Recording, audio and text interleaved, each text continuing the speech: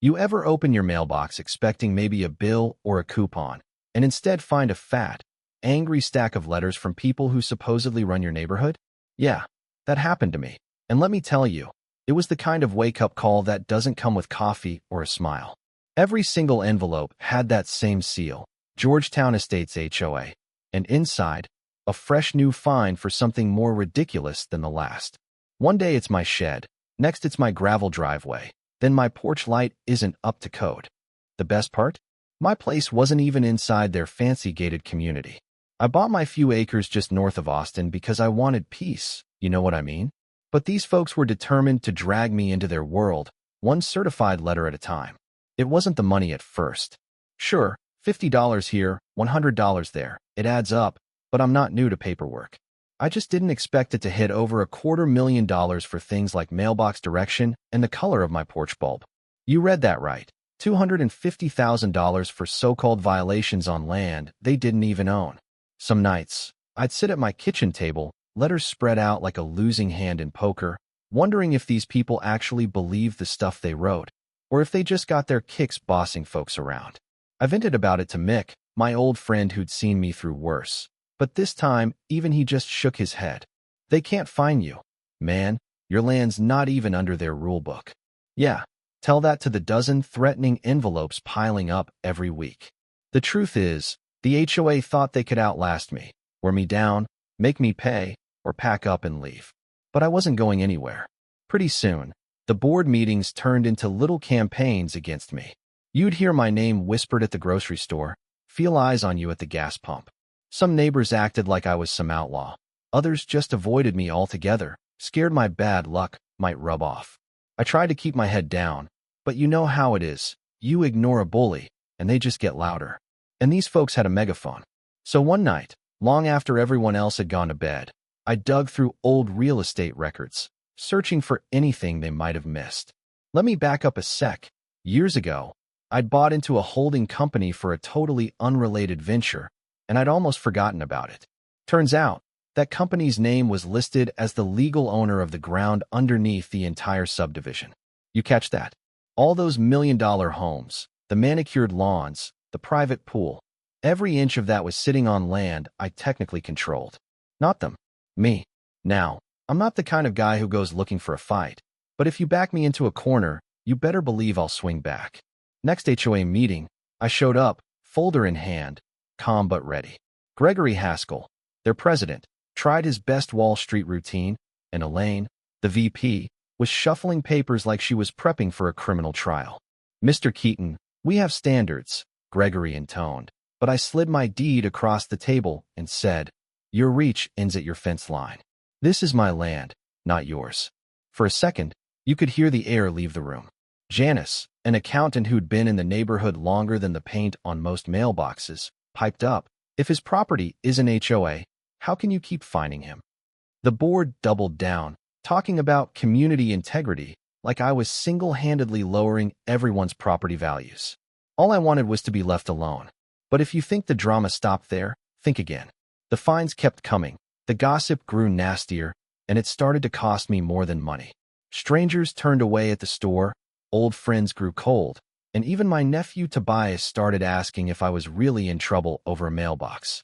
I tried to laugh it off. It's harassment, plain and simple, but the weight was crushing. Then the final straw landed, a legal notice. Pay the full $250,000 or we'll see you in court. That was their checkmate, or so they thought. My buddy Mick just snorted when I called him. You're not paying a dime, right? Not a dime, I promised. Because the joke was on them. They didn't even own the ground they stood on. The day in court felt like a movie. The HOA rolled in with their lawyer, parading their bylaws and acting like they were about to save civilization from my porch light. My lawyer, Renee, cool as a Texas night, dropped our stack of deeds on the judge's desk. You see, Your Honor, my client owns the land under this entire subdivision. The HOA never had jurisdiction. They've been finding the wrong man all along. Gregory turned sheet white. Elaine dropped her pen, and the judge just stared, quiet for what felt like a year. I see no legal basis for these fines, he finally said, and slammed the gavel. That was the moment everything blew up. The neighborhood split wide open. Some people cheered, some cursed, and the board looked like they wanted the earth to swallow them whole. Suddenly, every neighbor wanted to know what this meant. Was I about to charge rent? Was I the villain or the hero? The internet got hold of the story and did what it always does. Turned it into a circus. Memes, news segments, YouTube rants. Some called me a hero for standing up to HOA abuse. Others, a land baron ready to take everyone's home. I didn't want any of that. I just wanted the truth to come out. Inside Georgetown Estates, things went nuclear. The next board meeting was a riot. Folks shouting, waving newsletters, demanding resignations. Victor Landry, who'd never spoken above a whisper, stood up and yelled, "You fined a man $250,000 when you had no authority. That's not good faith, Gregory. That's reckless." The board lost control in minutes. People were angry, scared, confused. Some wanted me gone, others wanted the board out.